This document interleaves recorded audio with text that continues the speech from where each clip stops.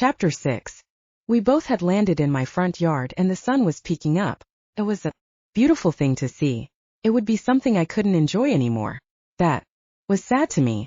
We both transitioned into our money forms on my front porch, picked up the suitcase and grabbed a key that was hidden under a pot by the door. I knew any idiot would check there first if they intended to rob me, but I really didn't care. I had insurance. I unlocked the door and we went inside. I looked around quickly to see if Tommy had shown up. There was no sign that he had been in the house. Everything was the way I left it. Let's reduct tape the curtain drapes and blinds, I said to Lena. Light has a funny way of getting inside. I grabbed 2 rings of duct tape on the table and handed one to her. I went around my house, reapplied duct tape on all areas light could get in, and Lena did the same. In a few minutes we had finished. We were sure no sunlight could get in under any conditions. We both went into my kitchen. So what happened? Lena asked. With the wolves? Yes, we all showed up at 3:15 and you were nowhere to be found. We transitioned and flew towards the ranch and saw Goliath finishing off one of his own the way he did Tommy. We all hoped it was because you worked him good. We flew around looking for you for a little while and just figured you had split. I might have fibbed about the time. Why would you do that? I wanted to take care of my own business. I walked past Lena, went into the living room and sat on the couch. Lena turned and followed me. Look, you're going to need protection. Everyone does. No one expects you to fight 30 carni all by yourself. That is preposterous. Well, I did fine. Why are you being so stubborn? Lena wasn't messing around. She was becoming really upset. You don't have to do this alone. Maybe I want to do it alone, I said defiantly. Then you're going to get killed. You might have been chosen, Josiah, but don't forget we all were. We have been called to help you. I looked down at Lena. I needed to tell her the real reason why I gave her the wrong time. I told you the wrong time because I didn't want you to get hurt. Lena raised her head and gently looked up at me. I looked down at her and for the first time showed how vulnerable I was in her presence. I don't care what I have to do. I'm always going to make sure you're safe. Lena reached out her hand and rubbed my arm. Please let me help you. It's what I've been called to do. The slightest touch from Lena made melt. She looked at me lovingly. Damn it, I was falling hard for her. There is just so much I don't understand, I said and took Lena's hand into mine. That's why you need all of us. We all need you too. Lena sat next to me on the couch. Her legs were now touching mine. I turned to her and said, it's hard for me to trust a bunch of people who were trying to kill me a month ago. I know it is. But you need to remember you're one of them now. We both are. And we're all in this together. Wyatt and Hector have had amazing lives. They are good men. They have seen and done things that would blow your mind. You need to trust them. And I don't have to tell you about Yari. All of them will lay down their lives for you, the same way they were prepared to do for Attikai. After Lena said Attikai, she stopped and stared straight ahead. Do you still love him? I asked. That kind of thing just doesn't go away. Lena let go of my hand. Look, I know that there is this beautiful romantic part of you that wanted to live forever by his side. But you are aware that he was only using you. I know. Lena held back tears. I'm just confused. Why? I had my own visions, Josiah. I had amazing dreams where I was this beautiful angel watching over the chosen. Was it visions? Or wishful thinking? All I know is that I felt so much love when I was watching over him. Lena shook her head with disgust. You're right. It was just some little girl fantasy that got into my subconscious. Lena now looked defeated. I couldn't let her feel this way. Lena, don't be upset with yourself. You are this amazingly beautiful woman inside and out. Your heart and soul is why the Triad chose you for this venture. Just because the details weren't what it seemed doesn't mean anything less. You're a spectacular woman. I guess I'm still that. Lena looked at her body. I may be a Mani, but I'm still a woman. I looked at Lena and she was as beautiful as ever. That you are. The sun is up, she said. Yes, it is. We should probably get some rest. I got up and Lena laid her legs across the couch. She closed her eyes. I went to the closet and got a blanket out for her. It was an orange and white cover. One that my grandmother had made for me when I was 5 years old. It was my favorite blanket. I walked over holding the blanket and looked down on this beautiful young woman lying on my couch. Why did I have such intense feelings? For her? Lena opened her eyes and looked up at me. She gave me a warm smile. Do you need something, mister? She said in a very sweet, innocent voice. Do you want a blanket? I asked. That would be nice. I laid the blanket gently on top of her. I then sat on the floor and leaned my back up against the couch. I closed my eyes and sighed aloud. I just wanted to be near her. Lena said softly in my ear. Before all this happened, Josiah, what did you believe in? I sighed again. I don't even know. Really? You didn't believe in anything? Do you mean like God, heaven, and hell? Yeah. Did you believe in any of that?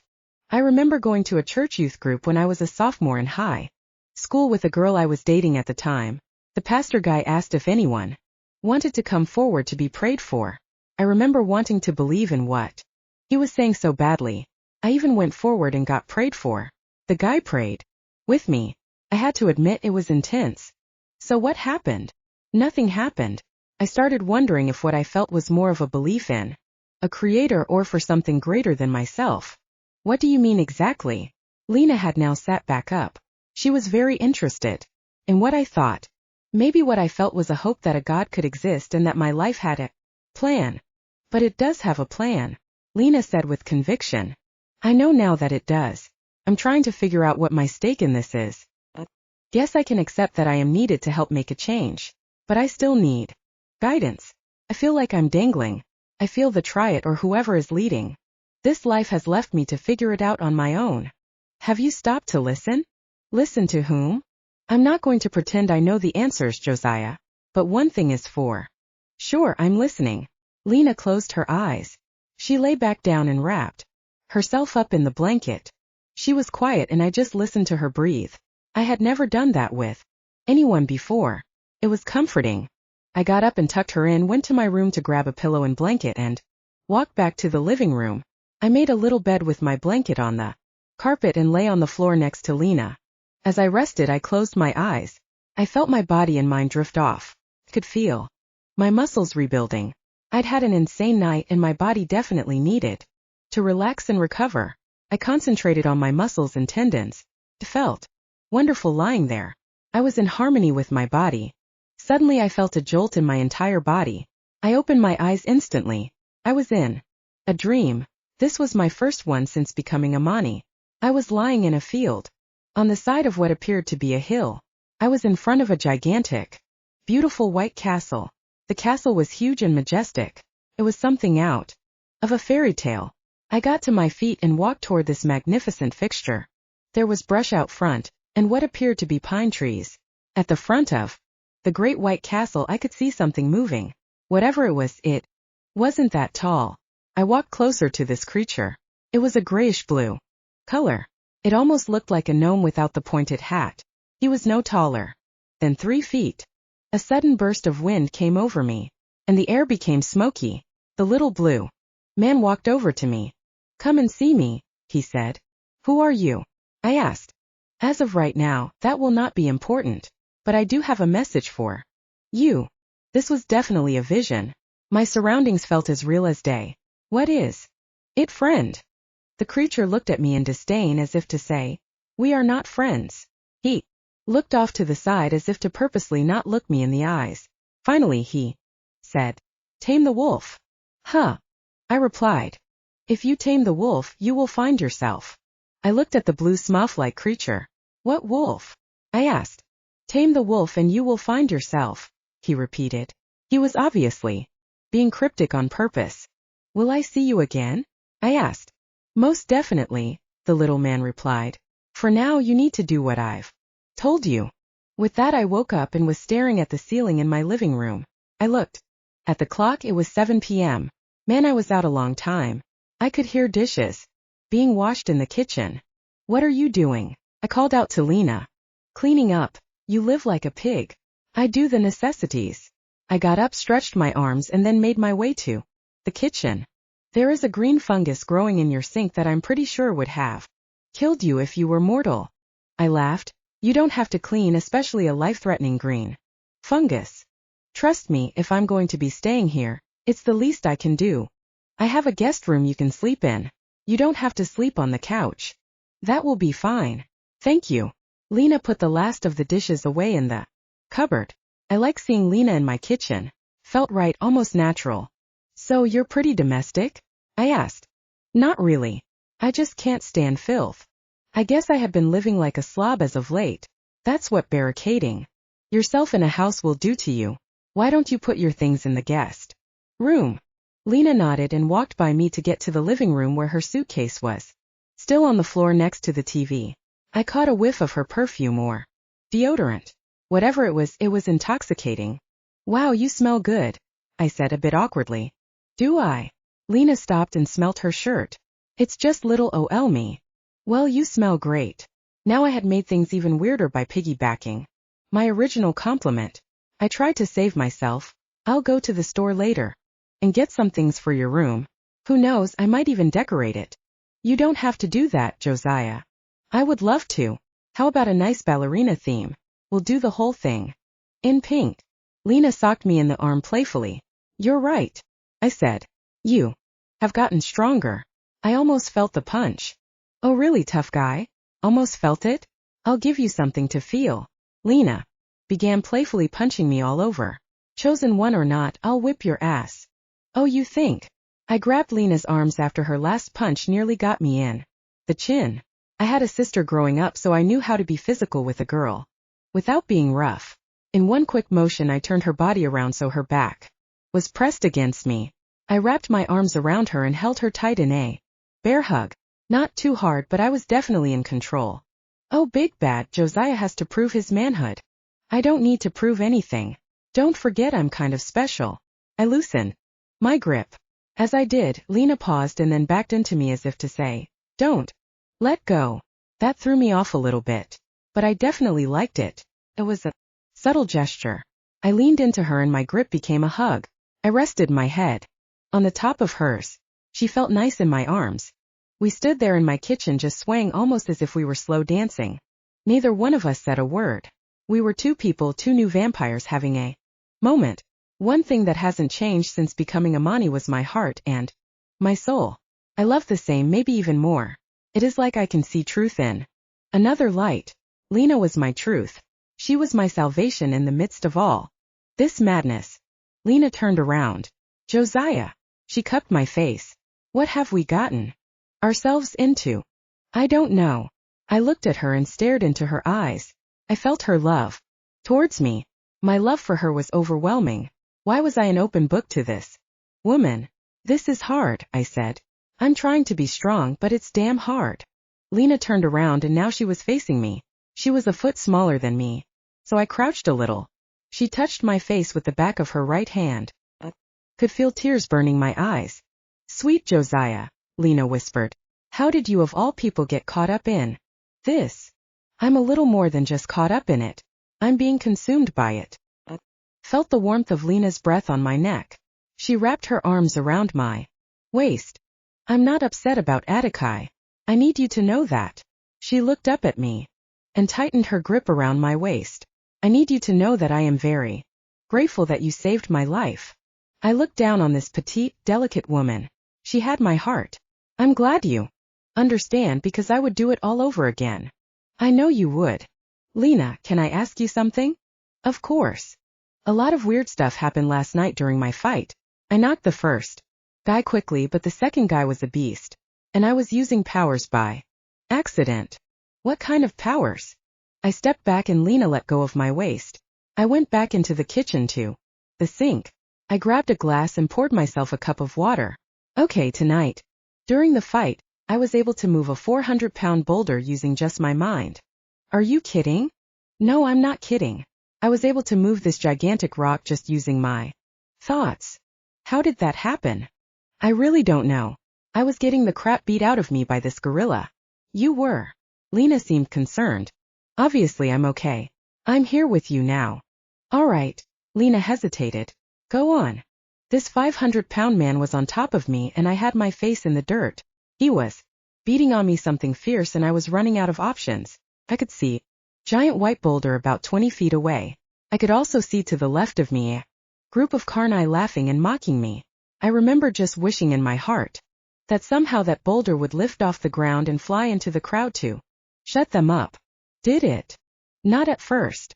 I stared at the boulder as a point of focus. That's something you learn from fighting on the streets. Whenever you're getting the crap beat out of you, the way you don't pass out is maintaining a point of focus. Okay, go on. Lena did not like this story. I stared at the boulder and then wished in my heart this thing would lift up. I shot my eyes at the crowd. Then, as if the hand of God himself picked up the boulder, it rose off the ground and catapulted 20 yards in the air and crashed into the crowd. Lena looked at me with absolute amazement. I have never heard of that. That's telekinesis. That is unprecedented. No Mani has ever been able to do that. At least it hasn't been documented. That wasn't the only thing. Every time I jumped, I would float. Float. Yeah, float like a helium balloon. Not fly but float. Lena was even more bewildered. No, I flew too, but at first I floated. I floated a few times until I realized my body was trying to fly. Josiah, do you understand what this means? No, not really. I think the Triad has given you all the Mani gifts and more. What are the gifts? I asked. Most Mani are given one. It is up to them to find out what it is. Just one. Some Mani's only gift is transitioning. But transitioning is what makes Mani who we are, so it's not really a gift. I have never heard of a Mani flying in their Mani form, nor to being able to move things with their mind. Never. I asked. I have only been in the know for a couple of years. There are a lot of legends and rumors. I walked back into the living room and sat in the big chair. Lena looked at me and grinned at the satisfied look I had as I eased into the chair. Men and their chairs. I closed my eyes and enjoyed the comfort of the chair. Lena smiled. Did you try to do what I told you to do when you went to bed last night? Which was what? I asked. Did you listen? Did you open yourself up to all of this? I smiled at Lena. Actually, I did. You did. Yep, I did. And you know what? I think I had my first vision. Really? Lena was surprised. Uh-huh. Anything you like to share? I wasn't ready to share my vision. I wasn't even sure if I was supposed to. I will at another time. When you're ready, I'll be here. I'm counting on it. Well, you do know, don't you, the rest of us have had visions since that infamous night. Everyone has? I asked. Everyone has. Even Hector. Well, what are they? Lena retracted in her body language. Is it bad? I was now concerned. It's not bad. I mean, it could be if we don't succeed. Succeed? You didn't think this was going to end the night you turned into a vampire. That's when all of this began. Josiah, when you're ready to share your vision, we will all share ours with you. Otherwise, I'm afraid we will overwhelm you. It's amazing how well Lena already knew me. Okay, I said. She was right. Wasn't ready for her to dump a bunch of visions on me. So what are you going to do right now? I need to get some fresh air. I was thinking about going for a light jog. Don't go to any more frat parties. Oh, I won't. I got up from the chair and walked down the hallway into my bedroom. I went into my closet and pulled out my running shoes. I sat on my bed and took off my jeans. I decided to jump in the shower first. I removed the rest of my clothes. I stood in my bedroom looking at my naked body in the mirror. I stared at my skin. It was so pale. I used to be pinkish tan and now I look like someone had covered me in baby powder. I grabbed a towel from my laundry basket and wrapped it around my body. I stepped out of my room and walked down the hallway to the bathroom. Lena was in there. Excuse me, I said. I'm going to take a shower. Lena was embarrassed that I was standing there in just a towel. Oh, I'm sorry, I was just freshening up. Lena walked by me and I could feel her eyes scanning my body from head to toe. I hope she likes what she saw. She shut the door and I turned on the shower. I stepped in and let the hot water just run down my body. It felt so good, as if the water pressure was massaging my skin. Ever since I transformed, I had a heightened sense of touch. I cleaned off all the key areas of my body with soap and I turned off the water and stepped out. I dried off and once again wrapped myself up in the towel. I stepped outside and went into my bedroom. I put on a pair of sweats and a white t-shirt. I put on my socks and running shoes. When I walked into the living room, Lena was sitting on the couch watching TV. I'll be back in an hour. I opened the front door. No saving damsels in distress. Oh, you will always be my first. I stepped out of my house onto my front porch. This was when I used to see my old friend Daphne. She was always there. I missed that. I missed Yari. I stretched on my porch. Every joint in my body cracked as if I was setting off fireworks. I stepped onto the sidewalk and began my jog. It felt great to run. I could feel my body loosening up. I headed down towards Cal State San Bernardino. I passed the infamous frat house where this whole mess started. There was no party tonight. Not a single car parked outside the house. When I made it to San Bernardino campus, I made my way to the track. I looked at my watch and decided to time myself running the 440, which is one full lap around the track. My best time in high school was 58 seconds. I started my way around the track. I decided to pick up speed. I began running as hard as I could. Then, something strange started to happen to my body. I was running at an accelerated speed. It felt like I was running downhill. I zipped around the track like I was going fast forward. I looked down at my time, 33 seconds. Holy shit. That would be the world record if I were human. I was floored by my time. Not only could I fly, but I had super speed. I just might be Superman after all. I decided to run up to the stadium. I ran up and down the stadium stairs. As I ran down the steps, my body seemed to glide, as if it was trying to fly. But I wasn't allowing it to happen. I ran up the steps again. When I reached the top of the stadium, I looked down at the track. I could see a woman down at the bottom on the field. I recognized her. It wasn't just any woman, it was Yari. Chapter 7. It took a few minutes for my heart to slow down. She was stunning as ever. I walked down the stairs toward her, watching her red hair blow in the wind. Not to mention her body was still in immaculate shape, which I couldn't help but notice since she was wearing the Catwoman bodysuit. So this is what it's going to take to see you, she said. I have to stalk you. How are you, Yari? Do you hate me? Of course not, I said. Then why haven't you seen me? I needed some space. I needed time to think. Josiah, that night was intense for all of us. For you to cut me off and refuse to speak to me was awful. I know. I'm sorry. She reached out her arms to hug me, but I pulled back. What's wrong? She asked.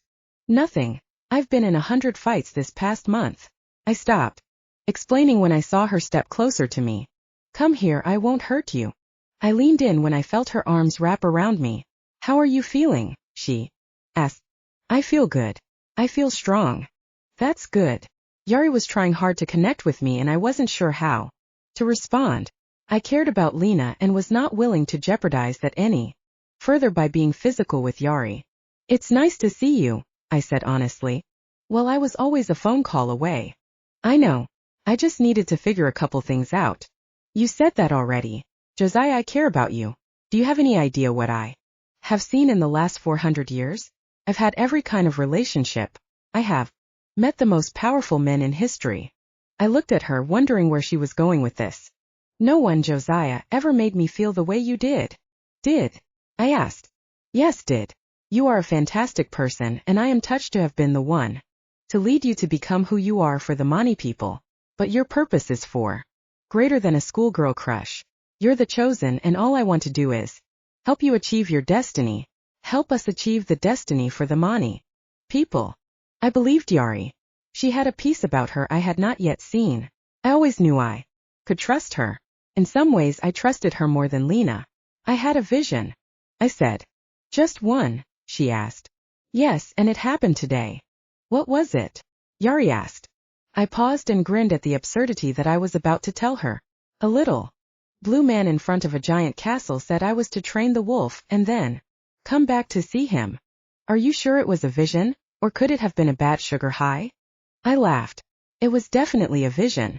It was my first and only dream I have had since becoming a Mani. A little blue man, huh? Yuri took a few moments to think. Then she lifted her eyes and looked into the sky. I followed her gaze and saw a sea of black ravens circling us in the sky. We have company, Josiah. Yari yelled. Who are they? I hollered back. I don't know. Yari and I were caught in the middle of something that was not going to be any good. I could feel it. The ravens surrounded us in a perfect circle. Yari and I had our backs to each other. The ravens were loud and I had no idea what was going to happen. There was a slightly larger raven that had a white stripe along its wingspan. I could tell that he was the leader and my focus was going to stay on him. Suddenly, in an instant, all the ravens transitioned into Mani men. The raven with the white stripe on his wingspan transitioned into a muscular Asian man that looked like what you imagine modern samurai warriors would look like. Josiah? The large samurai-looking man asked loudly, with a voice that sounded like a trumpet blaring. Yes, I said. Walk up to me, he proclaimed as if he was royalty. Excuse me, I said. Come before me, boy. I looked at Yari and for the first time ever she appeared to be terrified, and that wasn't at all assuring. Do you question my command? The samurai-looking fellow yelled. I stood my ground. Look, Genghis, I don't make it a habit to bend over for every raven turned Mani who asks me to come before him. Do you know who I am? The man had a look of horror on his face. He obviously thought my response should have been more like Yari's. I looked this guy up and down and had no clue. He could have been an extra in a John Woo movie. Other than that, I hadn't the foggiest idea who he was. He's Krull, Yari hollered at me. Krull?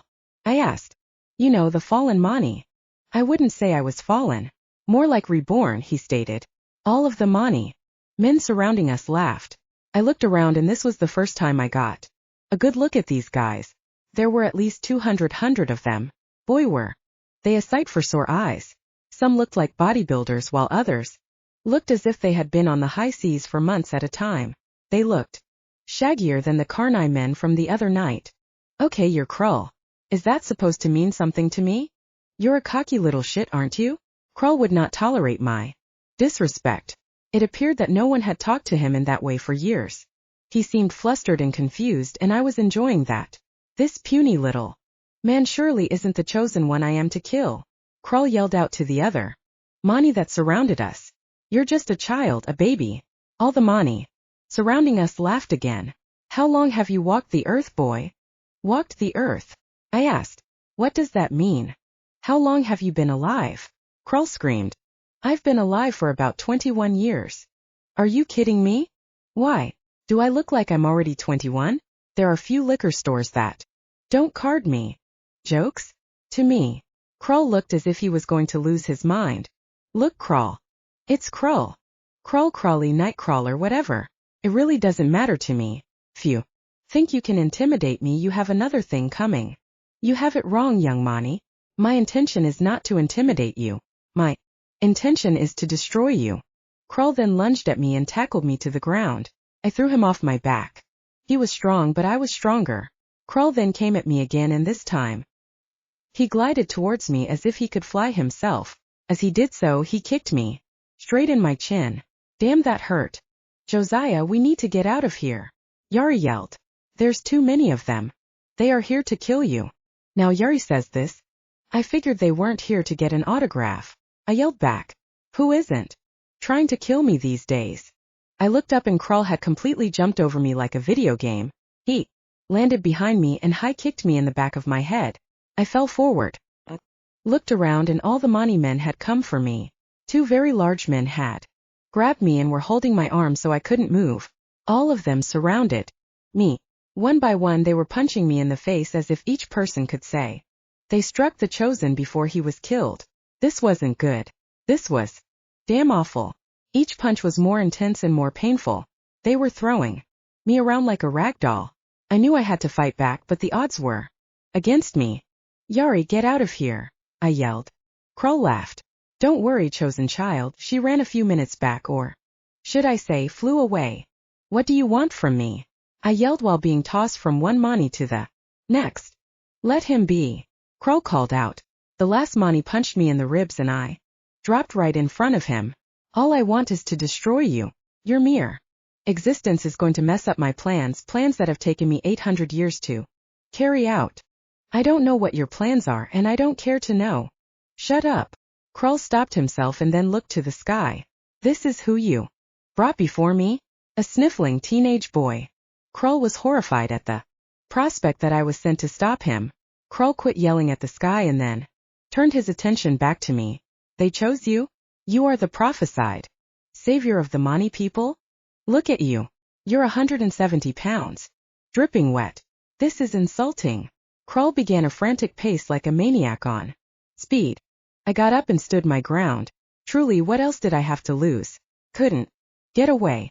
There were too many of them. I might as well go down swinging. Krull then put his attention back on the sky. He was apparently showing his disdain for try it. Is this your way of mocking me? Krull was screaming at the sky like a petulant child. I looked to the sky to see the direction that Krull was yelling. Then I saw 2 red hawks and 2 ravens coming toward us in a fury. Thank God. Krull's Mani clan saw the birds too, and 2 of them grabbed my arms. The birds circled above us, squawking and soaring. With utter quickness, the 4 birds dived down and clawed the Mani men holding me. They let go of me and I quickly transitioned into the great white eagle and flew up as fast as I could. Needed to get the hell out of here. 2 ravens and 2 hawks followed me. Suddenly, one of the hawks began squawking uncontrollably. I looked back to see if anyone was coming at us and I noticed on the ground the Mani had surrounded another body. I circled and turned back around to see who it was. It was a man. Holy crap. It was Tommy. They had Tommy. What the hell was he doing here? I circled back and made an impulsive decision that took 0 thought from my end. I flew down hard towards Tommy. Krull had Tommy by his throat. Screw that samurai piece of shit. I aimed my beak at his back like a dagger and torpedoed down to the mob. Krull was right in the middle of the heap. I gave another burst of speed. My elongated beak cracked into Krull's back, piercing through his skin and muscles. Krull was a specimen. I tore into him real good. But I had ricocheted off of him on contact. He flew forward and I flew backwards. It looked like a scene out of Rocky. He let go of Tommy. I transitioned quickly into my Mani form and charged. Krull. Krull turned around to face me. My beak had fucked him up pretty good. He was still in a daze. I gave him the hardest uppercut punch I had ever given in my life. He popped up about 4 feet in the air. I didn't slow down. I roundhouse kicked him right in his fat skull before he hit the ground, knocking him another 10 feet in the air. I didn't see what kind of damage I had done because I needed to get Tommy the hell out of here. Quickly. Transitioned back to the eagle, grabbed Tommy by the shirt with my claws and got him out of there. I flew faster than I had ever had before. My claws were deep into Tommy's shirt. He wasn't going anywhere. The 2 red hawks and ravens followed us. Lena was right. Everyone had my back, even when the odds were stacked horribly against us. All 4 were there to help me, including Tommy. I turned around, expecting ravens to be close behind me, but we were alone. They apparently decided they had enough. I didn't take any chances by slowing down. Kicked my speed into another gear with Tommy in hand, or should I say clawed hand. Had hit Krull real good, and I would have loved to have been there when he realized that this boy just laid him out. I knew deep down that I couldn't fight him straight up. I had to sucker punch him, but he had the numbers, and when you come to a fight with 50 times the numbers, all bets are off. Fly up the San Bernardino mountains and head over to Running Springs. Tommy said as he dangled from my claws. We'll all stay where I've been hiding out. With that, the 6 of us made our way up. Chapter 8. Tommy guided me to a cabin just north of Running Springs. I dropped him down on the front porch and then proceeded to land on the roof. I nearly fell off, but I had to admit my landings were getting better. I settled on top of the roof and watched my 4 bird friends land next to Tommy and transitioned. Nodded my head to let them all know the coast was clear from where I was perched. I lifted my wings, leaped off the roof and landed next to my friends. We all just looked at each other and no one said a word. Somehow through a will that was not our own, this group of 6 had found one another. If I was the chosen, then it was time for me to accept that these 5 were chosen with me. So this is it, I said out loud. This is who we are going to war with? Yes it is, Lena agreed. We're all in this together, I said, looking at each of them directly in the face while nodding with approval. Again no one spoke. Tommy broke the silence. Let's go inside. So this is where you've been? I asked Tommy as he opened the door. Wyatt, Yari, Hector and Lena all walked in after him. Apparently werewolves weren't given the same courtesy as humans. Everyone walked in without an invitation. There's an upstairs and a bath, Tommy said. My bedroom is upstairs and anyone is welcome to have it. One of the rooms is not in use though. Why is that? I asked. Check it out. Tommy walked over to a room next to the living room. He went to the doorway and turned on the lights. I peeked in and saw a giant steel cage with bars as thick as 4x4s. What the hell is that? I asked Tommy. Sometimes I put myself in there. Tommy walked inside the room and made his way to the cage. He opened the door of the cage and walked in. There were 5 lengths of thick metal chains complete with wrist and ankle holsters at the back of the cage. This is the type of cage I would have imagined they put Hannibal Lecter in. The cage was big enough to house 10 gorillas. These metal bars are what keep me from being a killer. Tommy was obviously referring to when he becomes a werewolf. Did you build this? I asked. I got it from a zoo. That must have been an interesting conversation. The guys thought I was some sicko serial killer. He sold it to you anyway, I said, pointing out the obvious. $2,000 cold cash has a way of allowing people to see things your way. For all I know, when I become a werewolf, I just might be a serial killer. You don't know? I asked. Most Karnai have no recollection when they become a werewolf. Some of the stronger ones can lead packs of werewolves and still have little recollection to the details of their night. Sometimes I look at police reports to see if there is ever a file that fits my description. What description is that? Apparently when I turn, I become a 6'2" gray werewolf. A gray werewolf? I laughed. I knew you were older than what you admitted. It has nothing to do with age. Look at Hector, he's one of the palest guys I have ever seen. Yet he becomes a black raven when he transitions. I looked over at Tommy and shrugged. Can you believe all this? How the hell did we get thrown into the middle of this? Sometimes I wonder what any of this means. Sometimes I feel each of us is just a pawn in the try-its twisted game. I paused and leaned against the wall, staring at the odd visual of my best friend standing inside of a steel cage. Thank you, Tommy, I said. For what? Coming to help me, and trying to take on 200 Mani vampires by yourself. Yeah, I was a big help, Tommy said sarcastically. It doesn't matter. You risked your life for me.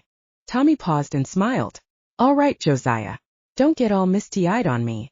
You were the one who came back and got me. You would have done the same if you could fly. Tommy nodded. Let's go out to the others. Tommy and I left the strange room and headed towards the kitchen. The kitchen was in the back of the cabin. Wyatt and Hector were sitting at the kitchen table while Lena and Yari were looking through the cabinets. What are you guys doing? I asked. Lena looked over her shoulder and said, I'm seeing what supplies we have if all Armageddon breaks out. I don't think we're going to fight off a Mani army with pots and pans, I said. Tommy walked over to Yari and whispered something in her ear. Yari nodded. What was that about? So is this what we've been reduced to? I announced. We're hiding out like fugitives. I refuse to live this way. Look, Josiah, Wyatt spoke up. You are not ready to fight Krull. Huh? I said to Wyatt. Where did that come from, Wyatt? None of us are ready to wage war against him, and you sure as hell are not. Krull is the most powerful Mani ever. He possesses more Mani gifts than any Mani before him or since him. Well, I've been doing some crazy shit over the past 2 days. I just might have him beat. Like what? Yari asked, adding to the conversation. A lot of things, I said. What kind of gifts did Atakai have that you all knew about? He had every gift Krull does. They were pretty much equal, except we all thought Atakai was the chosen. I asked again. What gifts did Atakai have that Krull still has? Hector, who never says anything, said, they both can fly. All of you can fly. Tommy interjected. Not as a bird, but as a vampire, Wyatt clarified. You're telling me that 7-foot beanpole that kicked my ass could fly? Tommy asked. Wyatt grinned. He had all the other Mani gifts as well. The only thing Atakai couldn't do was see in the future. If he could have, he would have known he wasn't the chosen. What if he did know? I asked. Maybe that's why he left me for dead, to be bitten by all of those snakes. There is always a chance he did, Yari said. But I don't think so. There was a lot of good in Atakai. He chose not to follow Krull. He and Krull had the ability to take over the world if they would have joined forces. Atakai refused. Tommy added. Do you think it was in the Triads that Josiah killed him? All of the other Mani looked at each other as if to say they didn't know. You all looked disappointed that the chosen wasn't Attica, I remarked. We're not disappointed, Yari said. We just had no idea it was going to be you. The word isn't disappointed, Wyatt said. We were just fucking surprised as hell. Then when you refused to talk to us for weeks, we wondered if it was all a mistake. Do you guys think it was a mistake now? I glanced at all of them. Lena and Yari both shook their heads. Hector and Wyatt, however, looked at me blankly. Are you and Hector completely on board, Wyatt? I need to know. Because if you're not, I completely understand and would hold no resentment towards you if you wanted out. Wyatt paused and looked at Hector. We don't want out, Josiah. We just want to make sure when all of this is over and when we prevail over Krull that you don't plan on killing us. What? I asked, surprised. Why wouldn't you, Josiah? Wyatt continued. We both tried to kill you. We're two of the 3 reasons you became Amani unwillingly.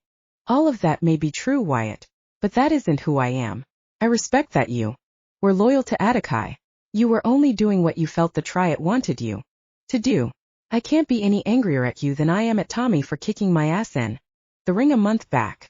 He only fought me because the commission told him he had to. So we're cool. Hector came out and asked. I smiled at Hector and Wyatt. We're cool, guys. As long as I know from here on out that I can trust you, all is forgiven. I looked at Yari. So what's the deal with Krull? Is he going to hunt me down until he kills me? Or until you kill him? Yari answered. Krull is a prideful son of a bitch. Atakai was the only person who ever matched up with him. Since you laid him out, he now looks at you like a greater challenge. He had no idea what hit him. Only because I sucker punched him. I stated. In a mani-on-mani fight, everything goes. You were well inside the rules. Krull won't forget. But neither should you. I almost wish we still had Atakai. It would be one more body. Atisha would have never yielded to you, Lena interrupted. What happened to him that night was his destiny. The Triad knew he would never accept anyone else to lead us. No matter how much any of us cared for him. You did what you were supposed to do. You did the right thing. Wow, I was getting mixed signals from Lena. Was she happy or sad that I was now in charge? Okay, I said. If Krull is going to come after me, then that means he is coming after us. If this is too much for anyone and you want out, let it be. No now. I looked at Hector. I'm in, he said. Hey, I got Hector to talk again, I joked. This is an epic night. Hector smiled. I looked over at Wyatt. You in, Teethy? Wyatt laughed. I told you that night I didn't know you weren't one of those frat douchebags. Did I at least taste good? Oh, you taste good, Yari responded. Yari had been my second bite when she sucked the snake venom out of me. I looked at Yari. You in? I've been in for 2 years with you, Josiah. I nodded and looked at Lena. What about you? You don't have to be part of this. Lena shrugged. You're joking, right? Josiah, this thing that we all are part of is the only thing that matters now. I nodded at Lena.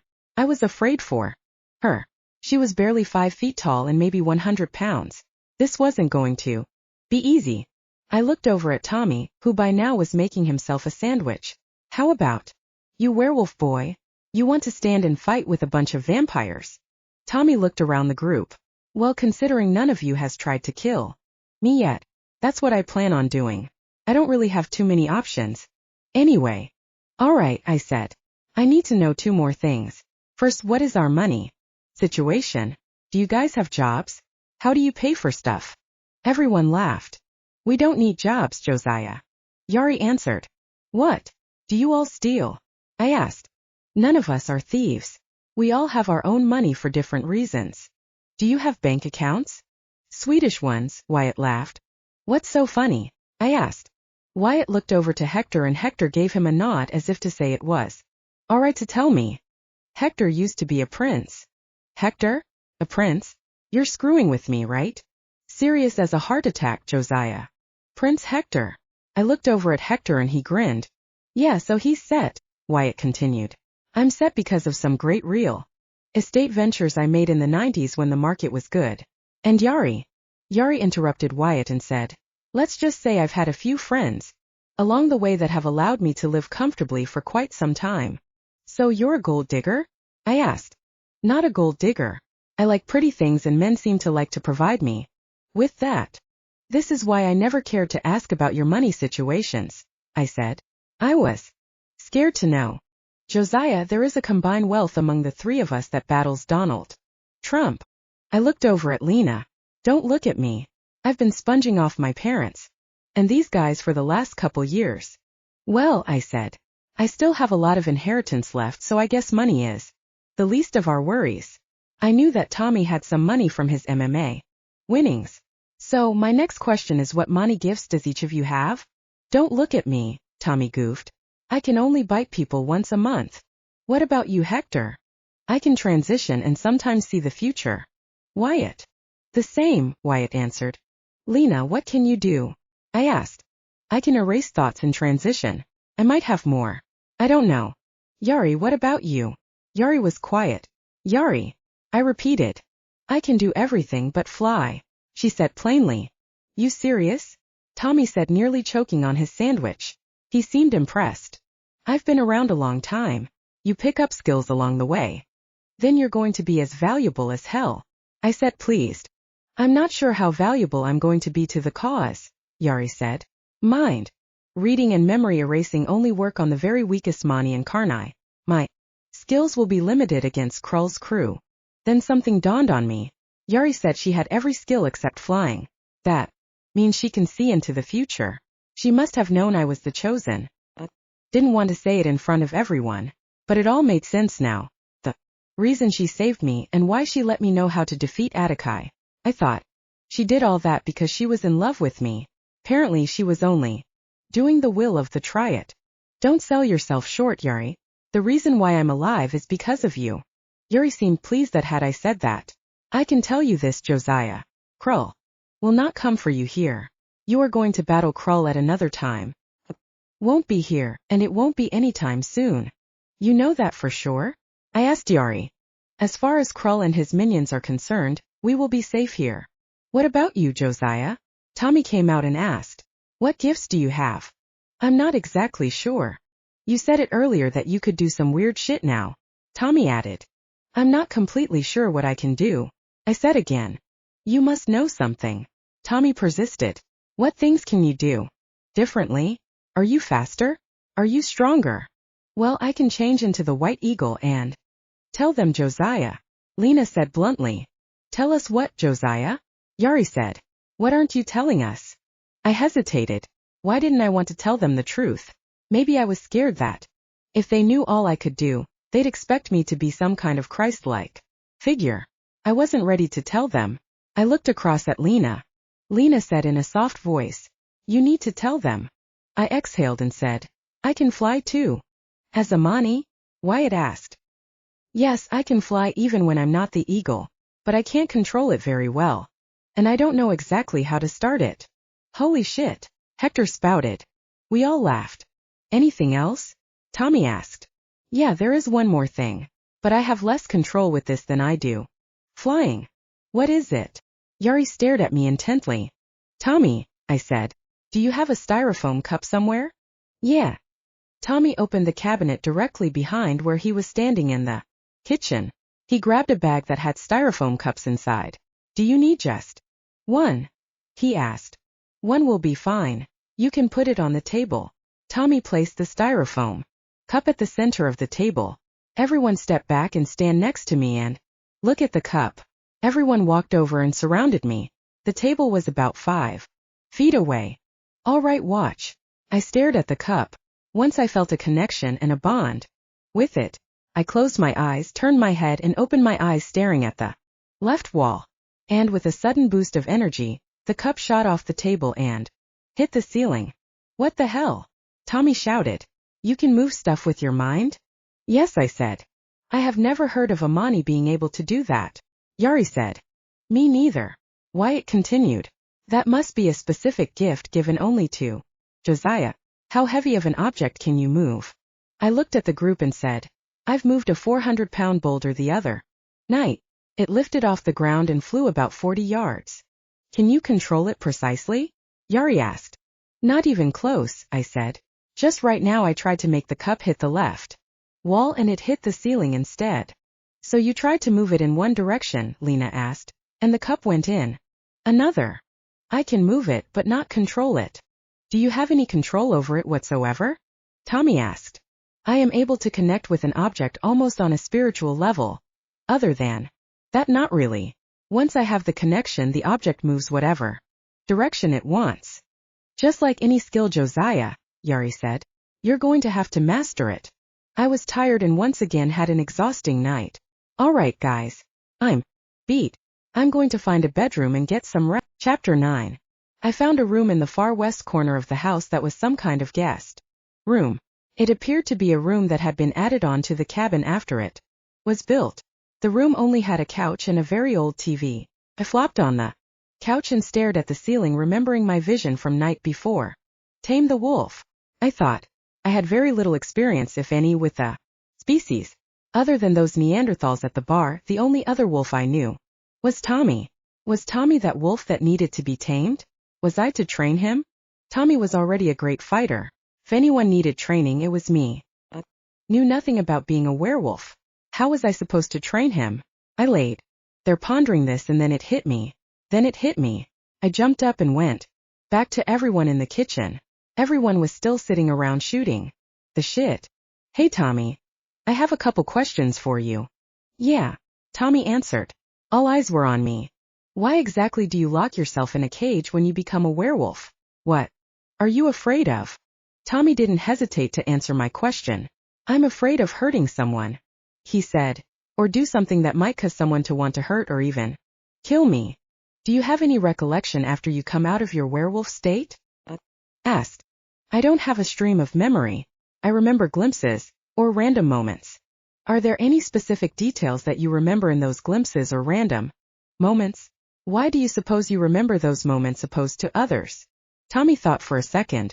Maybe I remember the times when my senses are heightened. Really? Where are you going with this, Josiah? I looked at the group and said, I had a vision last night, or at least I think I did. And Tommy pressed. I won't go into the details of the dream, but I'll tell you the message I was given. I was told to tame the wolf and I will find myself. And you believe that I am the wolf? Tommy asked. Why wouldn't you be? It's the only thing that makes any sense. So what's with all the memory questions? Yari asked. I'm thinking somehow I need to tame or train Tommy when he's in his werewolf state. How do you suppose to do that? Lena asked. Have you ever seen a werewolf when it has completely shifted? No, but I think that actually is going to rule in my favor. I won't have any preconceived feelings about it. I am coming into it with a clean slate. Tommy seemed uneasy about what I was saying. What do you mean by training? Tommy laughed. Do you plan on taking me to Vegas to do an act? Not in the slightest. I said. I need to get face to face with you and have you trust me to the point that you don't attack me. What if I kill you when you're trying to lassie me up? That's the part we have to figure out. We'll need to do the training in stages. Tommy, have you ever heard of werewolves having any kind of control during full moons? Control? Tommy thought about it. The older werewolves might be able to. They aren't as bloodthirsty as younger ones. Why do you suppose that is? 'Cause they're beat down and tired. Tommy said plainly. What if, I said. It's because they are more seasoned and they have figured out a way to control it. Saying they can control it is a big leap. Werewolves are like psychopathic serial killers who have been chained up for 20 years and finally let out. On the general population, werewolves are told from the get-go to figure out a way to go into hiding. Most go to caves and isolated areas so there is no temptation to kill humans. I think you might be reaching, Josiah. Werewolves are no better than wild animals in. That's what you've been told, Tommy. What if you could be tamed and you never knew it? The way a lion trainer tames a lion. Are you intending to beat me with a whip? Tommy asked humorously. No, you might enjoy that too much. Okay, let's say you do train me. What good will that do? Tommy, the good it could do is endless. What if we could get you to a point of cognitive thought? What if you could decipher right from wrong? Cognitive thought? That's unheard of, Josiah. There is no way it can be done. Werewolves are mindless beasts who know only one thing: kill. Tommy was going to need more convincing. But the more I talked, the more I believed in my heart I was onto something. I'm going to put more thought into this, I said in conclusion. In the end, Tommy, Yari spoke up. It won't hurt to give it a shot, Tommy. Tommy glanced over at Yari. You think Josiah had a vision? Yari continued. We need to respect that. God knows we are all here because we were all given relentless visions. Now look at us. What will it hurt? It could hurt, Tommy said. It could hurt very much. If you let me out and try to train me and it doesn't work, I could do a lot of damage to everyone. You all will be forced to fight back and someone might get killed. Hell, you all might be forced to team up and kill me. That will never happen, Tommy, I said. I will never allow it. We need to do this in baby steps. We take baby steps first and see if we are onto something. Let's first see if I can build trust with you. I don't know, Josiah. Give me some time to think about it. Tommy still seemed unconvinced. One last thing, Tommy, I said. Just imagine how powerful you would be if you were self-aware as a werewolf. Imagine how much good could come out of it. I was done talking and I was tired. I did one final look around the room to make sure everyone was on board. I stopped when I glanced over at Yari and motioned for her to follow me out of the room. Yari nodded and followed me out to the guest room. What is it, Josiah? You knew, didn't you? I said. Knew what? You knew that it was me and not Atakai that was supposed to be in charge of all of this. That is why you followed me for 2 years. I don't know what you're talking about. Yari seemed worried. Look, I won't say anything to anyone else, but if you are able to see into the future, you must have known. Yuri paused for a very long time. She was really struggling with telling me the truth, then very softly said, I knew. Wow. Are you mad? She asked. I wasn't sure what I felt, but I was definitely not mad. Because all of this, I was able to find Lena. I could never be upset about that. I'm not mad. Yari, not at all. I'm honored, in fact. I looked over to her. She was still very stunning. I cared for her deeply, but no longer in a romantic way, but in protective way. I took her by the hand and pulled her close to me and hugged her tightly. You ready for what is to come? Yari whispered in my ear. I hope so, I said. I sure hope. Chapter 10. There wouldn't be a full moon for another 2 weeks. That gave Tommy plenty of time to think about what I requested. It had also given me time to consider how I would try to tame and train the wolf. On one of the evenings, Tommy and Yari went out and purchased items at the local clothing store. They bought clothes for everyone. They bought me some comfy plaid pajamas. I'm used to sleeping naked, so wearing any kind of nightwear made me uncomfortable and itchy. It was a couple days before the next full moon.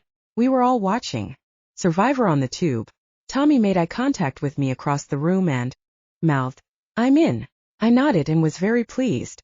I turned my head and watched another blindside at Tribal Council. Damn, I love Survivor. It was the day of the first full moon. I went into Tommy's room and he was lying on his bed listening to his MP3 player. What you listening to? I asked. Some old school Bobby Brown. Nice. I couldn't help but laugh. Tonight is the first night of the full moon. I realized that, Josiah. This isn't my first rodeo. Just so I'm clear, you only turn into a werewolf when the full moon is seen. At night? Yes. And you shift back to a Karnai during the day? Yes. How many days does it last? 3 nights. Perfect. That will be enough time to do what I want to do. Are you going to let me in on your plan? Tommy inquired, looked down at his MP3 player. Yes, but I don't want you to worry about it just yet. We'll talk more tomorrow. I sure hope you know what you're doing. I have a hunch, Tommy. I'm not sure where it came from. Let's hope it's from a higher power. Tommy stared at me for a few seconds and shook his head and laughed. Let's hope so, Josiah. He then turned his attention back to his MP3 player. If you don't mind, Bobby is waiting. By all means, Tommy boy, that's your prerogative. Cute, Josiah. Tommy put on his headphones and put his head back. I went into the kitchen. Hector, Wyatt, Lena, and Yari were all sitting at the table drinking from styrofoam cups. Good evening, sunshine, Lena said with a little flirtation in her voice. Smiled in her direction. Our eyes met and we took a moment and allow each other in for a second. I hadn't tried to get closer to her the past couple weeks. I knew I had feelings. She knew I wasn't going anywhere. So why rush into something? Do you ever have cravings, Josiah? Wyatt asked. For blood? No, not yet. But I did enjoy Goliath's blood the other night when I got a taste of it. That didn't send your cravings into orbit? That doesn't make any sense. Yari chimed in. All Mani have intense cravings, almost from the get-go. Yari looked at me with skepticism. What? You don't think I'm not a real Mani? I said. The protruding incisors and that fact I get fried in the sun isn't enough for you. I just don't like it that you can eat like a teenage boy still. It isn't fair. Seriously, Yari, has any of this been fair to any of us? You have gotten the better end of the stick, you have to at least admit that. Josiah. Lena added. Oh, don't you start with me, little missy. Thanks to Yari, Wyatt, and Hector, I'm who I am. And thanks to Atakai, Yari, and you, I'm who I am. Lena reputed. Touché, I said. You two just need to have sex and get it over with. Yari just came out and said. No one is having sex with anybody, I said. Unless that's how you and Hector roll. I shot Wyatt a look and grinned playfully. Very funny, Wyatt said. I got more tail in the 20s to last any man a lifetime. Hey, Josiah.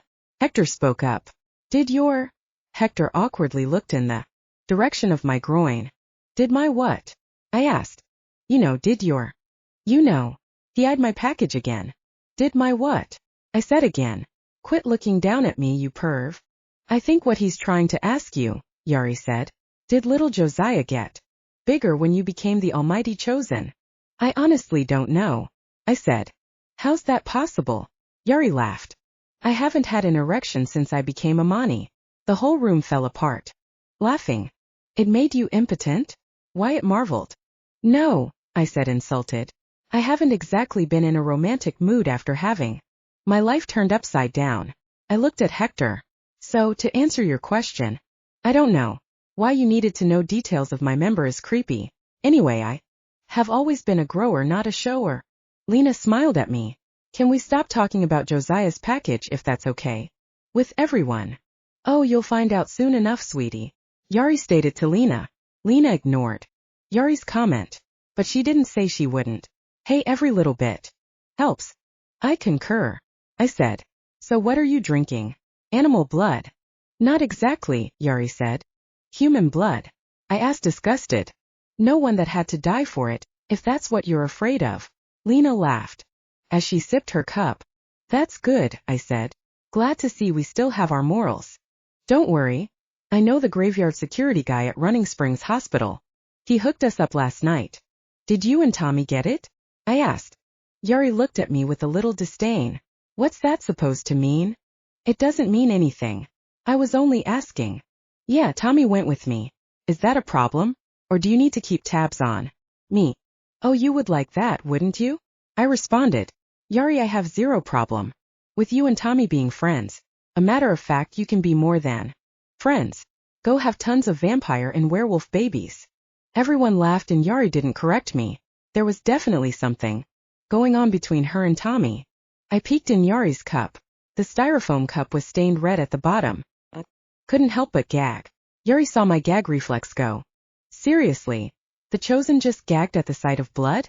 What is wrong with this picture? I left the kitchen and went to the living room and closed my eyes and rested a bit. Some time had passed and Lena came over to me. Josiah, you awake? She asked. Yeah, I answered. Just wanted you to know that it will be dark soon and our little friend is going to go all wolf boy on us. Where is he? I asked.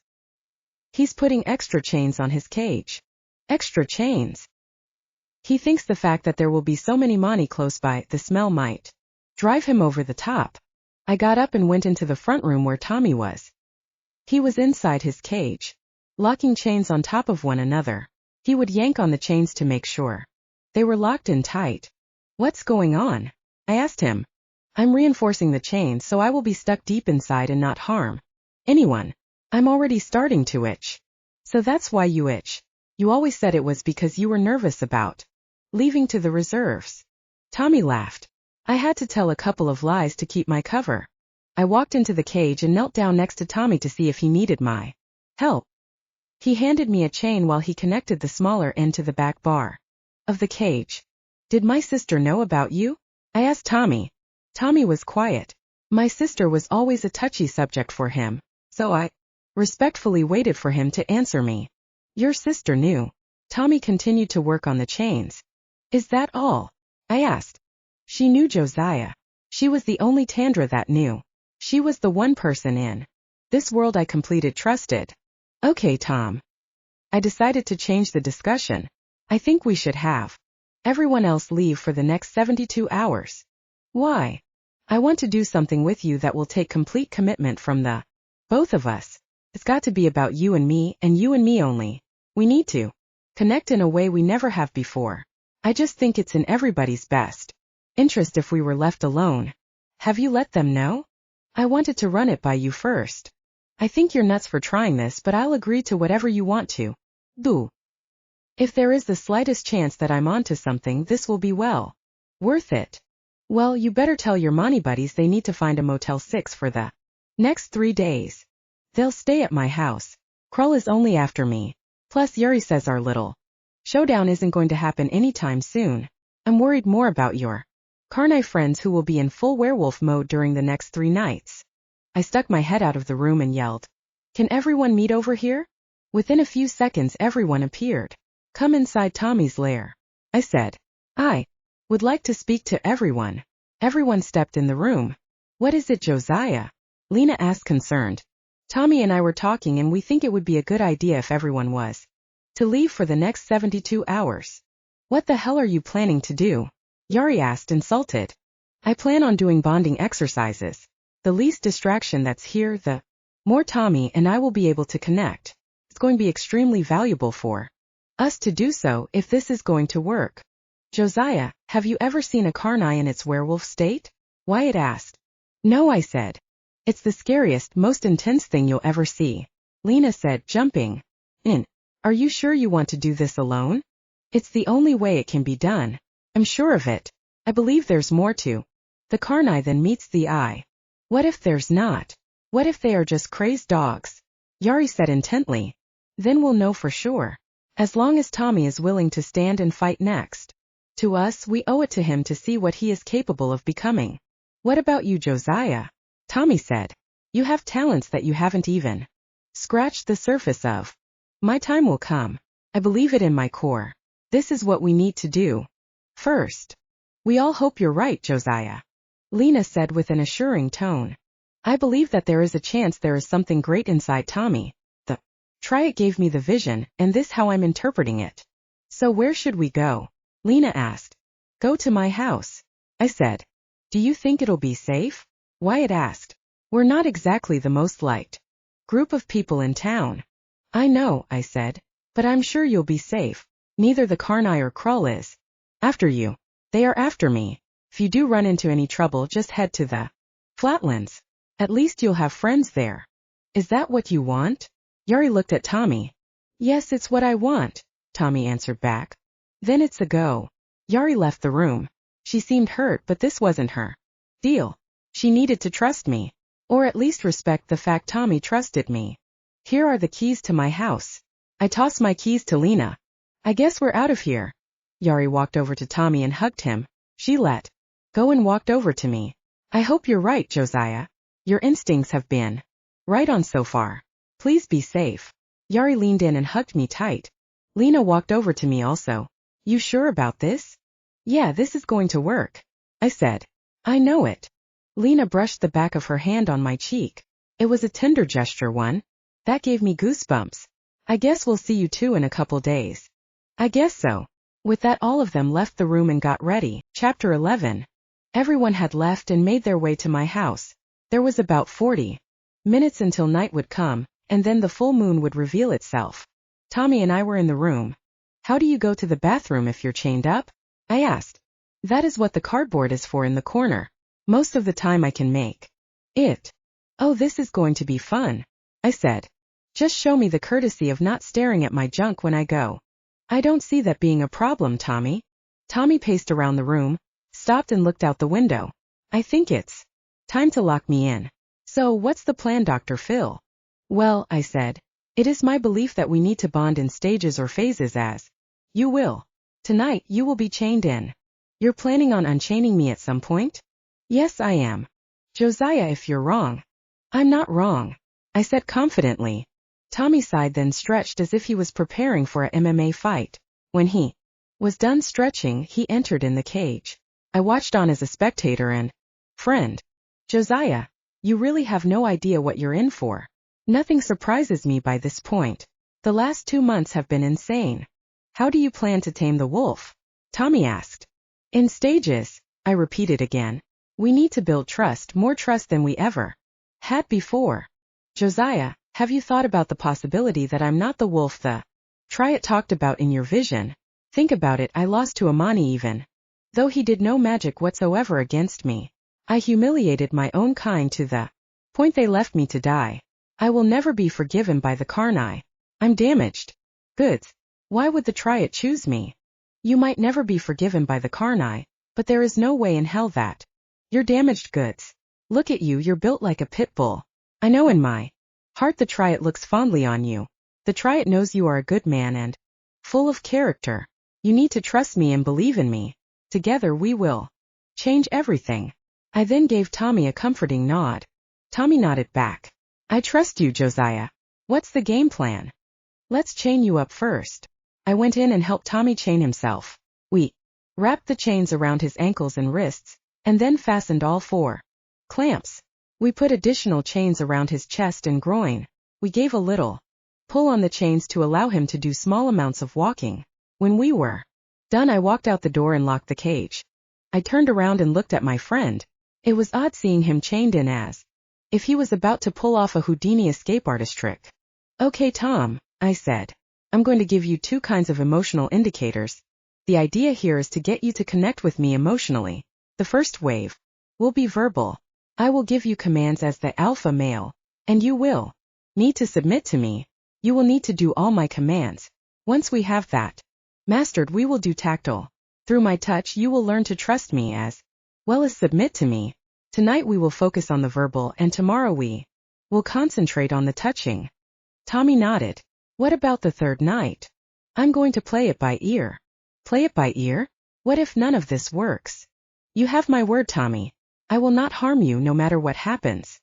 Josiah, if at any point I turn on you and you need to attack me to save your life, you're going to have to do it.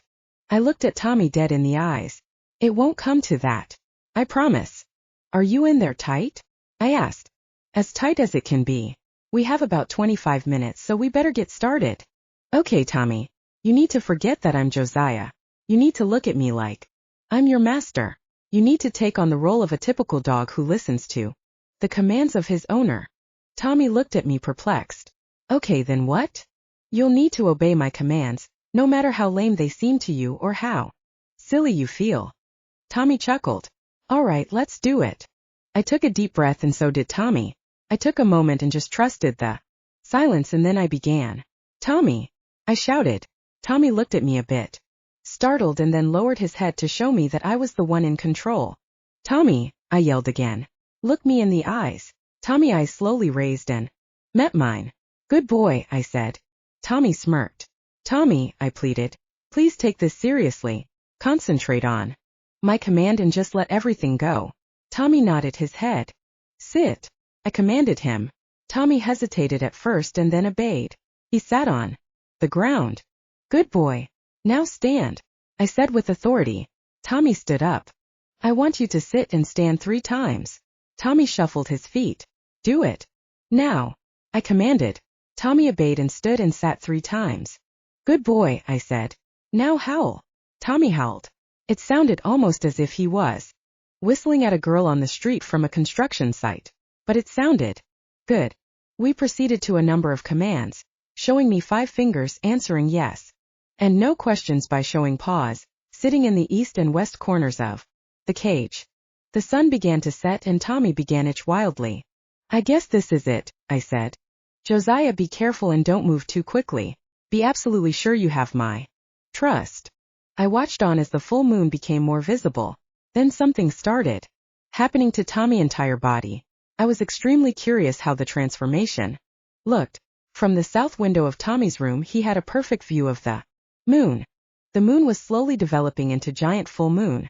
Right when the moon hit full view, Tommy began howling. He hadn't changed yet physically, but the Transformation had begun. I watched and studied what was to happen next. Tommy dropped to all four and let out another frightening howl. I watched as gray hair protruded out of his skin. The gray hairs flowed out of his face, arms, head and ears. He still had his jean shorts on, and luckily those bad boys didn't fall off. That was going to be a problem when it was time for him to use a restroom. His hair was a beautiful silver mane. His nose now began to elongate and his ear begun to rise. Within seconds Tommy had become a full-blown werewolf. Tommy's head was down and I was certain that the beast had no idea I was accompanying him in the room. He will very soon. When that happens, he'll want to take my head off. I watched on. What I was witnessing was very trivial. Tommy was the same height and was slightly bigger in body mass. For the first time I got a glimpse of his eyes. They were the color of the sun, bright yellow. He turned his large body around and laid flat on the ground, staring at the back wall. He was completely calm. This wasn't the first response I anticipating him having. I thought he would be a crazed junkyard dog salivating for something. Instead, he was lying on the floor like golden retriever on a hot summer's night. Then something unusual started happening. Tommy started to whimper and he began to whine like a sad puppy. He was still unaware that I was in the room. Remained extremely quiet as I watched further. I wasn't ready to let this werewolf know I was in his presence. Tommy got to his feet. I thought he was going to turn around and notice me. Anticipated the worst as I held my breath. But the werewolf didn't turn around. Instead he walked over to the south window and stared at the full moon. Then he howled a heartbreaking cry unlike anything I'd ever heard.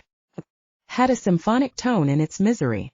As I listened I realized it was no longer a howl, but a full-blown cry. My best friend in the whole world was crying at the moon and it broke my heart. It was disturbing to listen to and it was really getting to me. I had to leave the room. I quietly backed my feet up and left. I went into the living room and sat in the big chair. I sat there and listened to Tommy cry into the night. He did this for hours, 3 to be exact. I wondered if this was some kind of ritual where werewolves go through some kind of grief period at the beginning of their werewolf cycle. I sat about 15 feet away from him in the other room, completely perplexed, completely dumbfounded the entire time. Then suddenly he stopped. The next thing that happened was even more bizarre than the crying. He fell asleep. I could hear the giant dog snoring. This was not how I thought this night was going to start. Tommy slept for a good hour. We were now 4 hours into Tommy's werewolf transformation and I had no clue what to make of it. I dozed off myself. I was sitting in a big comfy chair. Tommy's snore had put me in a sleepy hypnotic state. I was suddenly startled out of my slumber by a deafening crazed growl. This wasn't any growl. This was the growl of a fucking werewolf. Tommy was no longer sleeping. He was now a beast, a killer, something that would want no more than to tear Amani from limb to limb. I took about 10 deep breaths and got up out of my chair and crept over to the room. I slowly stuck my head in the door. Tommy saw me and immediately went absolutely apeshit. I could hear the chains scraping against the bars of the cage. He zeroed in on me with his fierce yellow demonic eyes. I nearly peed my pants. This was not my friend.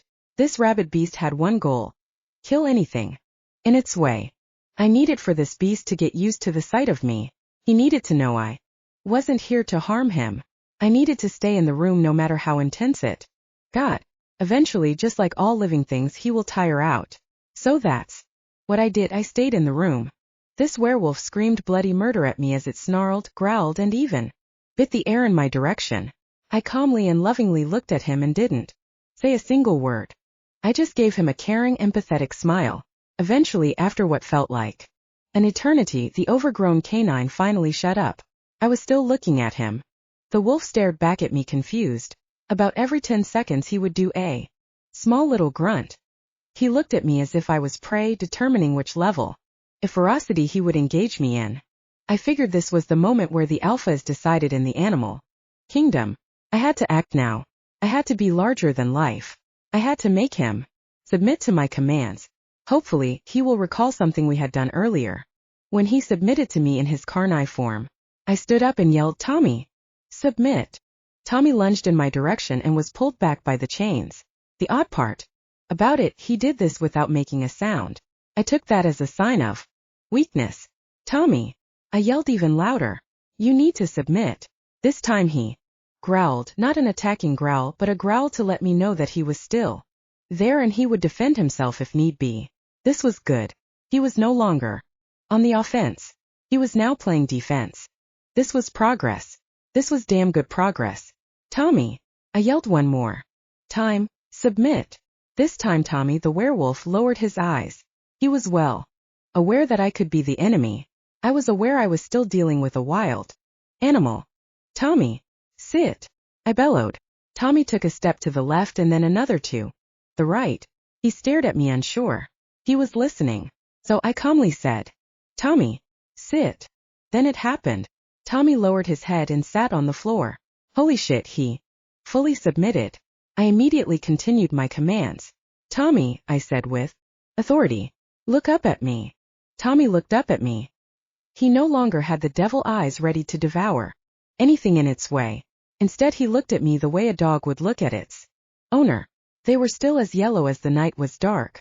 Stand, I commanded him. Tommy immediately stood up on all fours. This was amazing. How amazing? I did not know.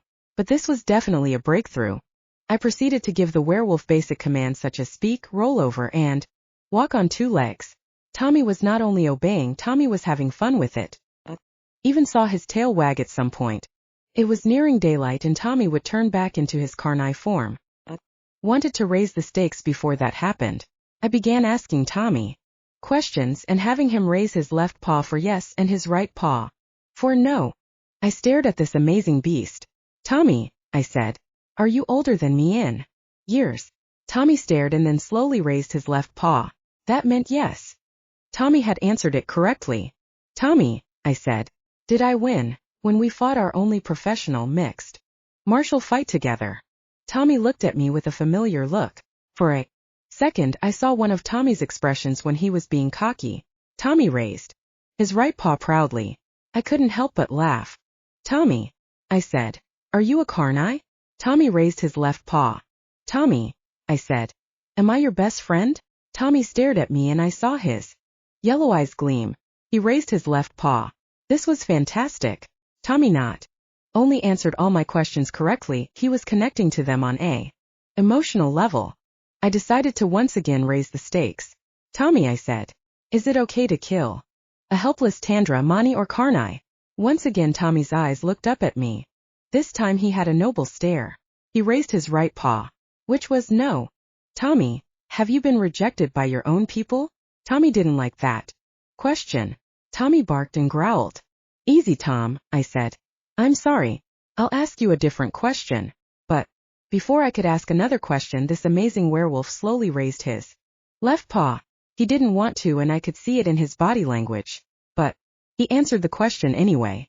One more question, Tommy, I said. Do you trust me? Tommy calmly raised his left paw. That's a good boy, I said. Then it dawned on me, he must have been starving. He hadn't eaten all night. I'll be right back, I said. We had some leftover chicken breasts in the fridge. I heated them up in the microwave. I brought a plate full of chicken to Tommy. One by one I threw them into him. He ate them up like they were chicken nuggets. I grabbed a breast and ate one myself. I leaned against the wall and stared down at my best friend. I had a smile on my face bigger than the full moon itself.